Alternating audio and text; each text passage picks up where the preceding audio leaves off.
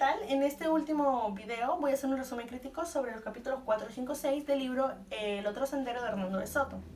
Como se explicó en los capítulos anteriores, se trató de dar una idea de cómo surgieron las primeras actividades económicas aquí en el Perú, actividades económicas informales. En este cuarto capítulo y en los demás se va a relatar por qué las personas decidieron volverse informales.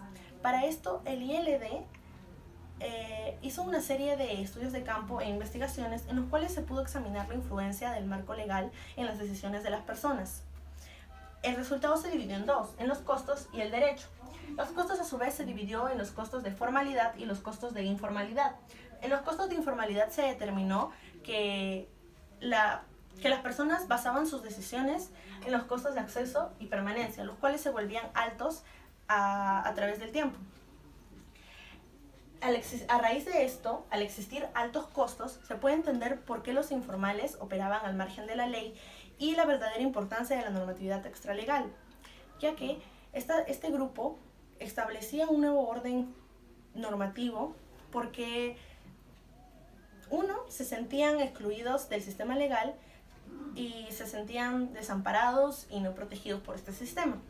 Y otro motivo es porque sentían que perdían algo al estar en contra o al margen de la ley. A raíz de esto surge la pregunta de ¿cuál es la trascendencia del derecho? Para entender mejor esto, se tuvo que dividir en dos conceptos, el de la buena ley y la mala ley. Esto se explica mejor en el libro, cuando el autor dice: la descripción precedente nos ha permitido ver qué tan importantes son las leyes para determinar la eficiencia de las actividades económicas y sociales que regulan. En ese sentido, hemos estado hablando de leyes buenas y leyes malas, entendiendo una ley como buena si garantiza y facilita esa eficiencia, y como mala si la perturba o impide totalmente. Desde esta particular acepción del término que hemos venido utilizando a lo largo del capítulo, podemos afirmar que las leyes peruanas son predominantemente malas porque quienes las elaboraron no tuvieron en cuenta los costos que ellas entrañaban y la manera en que sofocaban la actividad económica. Entonces se entiende que una buena ley es aquella que cuenta con los instrumentos facilitadores del derecho que hacen más eficientes las actividades económicas. Y por mala ley, aquella norma o normatividad legal inadecuada que las perturba o las impide totalmente. Es por eso que se habla del derecho como una condicionante de desarrollo, debido a que los costos eran altos, las personas no podían realizar actividades económicas y no podían aprovechar la buena ley. Además, se habla de que el problema de la informalidad partiría de la existencia de una mala ley en el Perú. Bueno, para el capítulo 5, después de ver cuál es la trascendencia del derecho en las actividades económicas que regula y la existencia de malas leyes en el Perú, resulta importante saber también por qué el derecho limita la producción y perturba la eficiencia, en lugar de facilitarlas y abaratarlas. Entre quienes formulaban la ley en esos años existía una tradición, la de utilizar el derecho como un instrumento para redistribuir la riqueza y para no facilitar la creación de esta. Sin embargo, pasa que al tener una ley que se centre en un enfoque redistributivo, no consideraría la manera en que cualquier norma alteraría las decisiones y las oportunidades de los individuos en la producción y la prestación de bienes y servicios. También cabe resaltar que la tradición redistributiva entra en el ámbito de la política y un poco en el tema de la corrupción. Esto se explica mejor en el siguiente párrafo. En el estado redistributivo, el desaliento comienza cuando desde temprana edad los peruanos se dan cuenta de que la prosperidad no nace tanto del trabajo, sino más bien de la componenda política. A medida que crecen, los jóvenes peruanos comprueban que quienes comienzan a enriquecerse muchas veces no son los que invirtieron trabajo o capital en empresas productivas, sino más bien los que consiguieron alguna influencia política.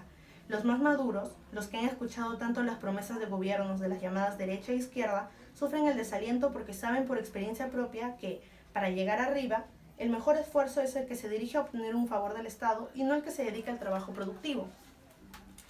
En esta parte, el autor da a entender que la incertidumbre en los peruanos se vuelve cada vez más constante.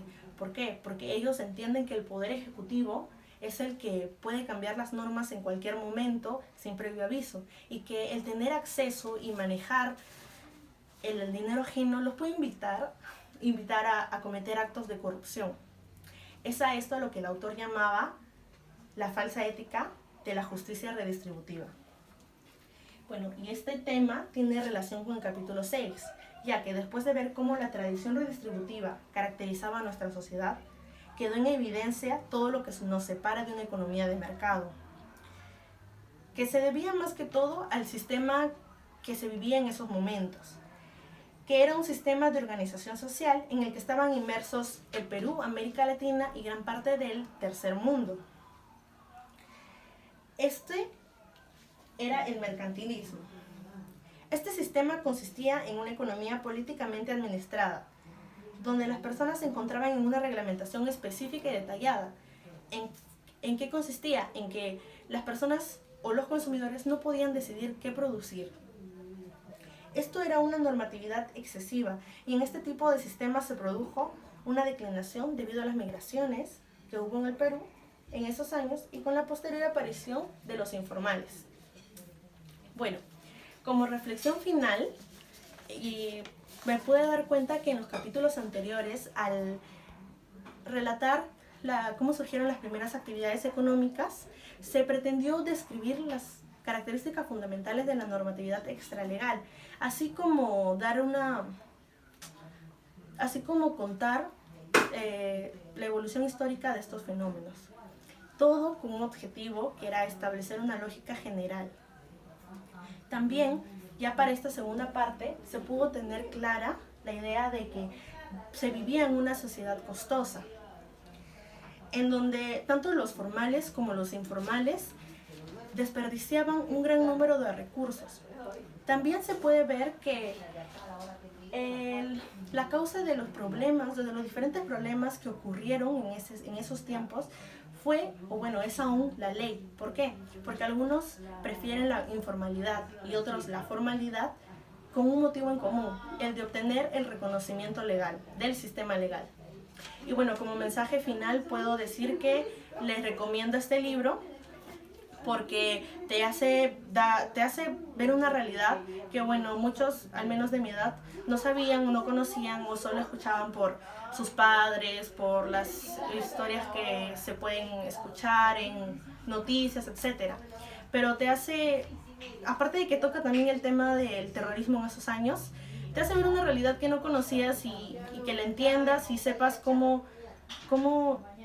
surgió la informalidad, cómo podemos ver informales en distintos lugares del país y qué relevancia tienen en nuestro país, si dan un beneficio económico o no. Gracias.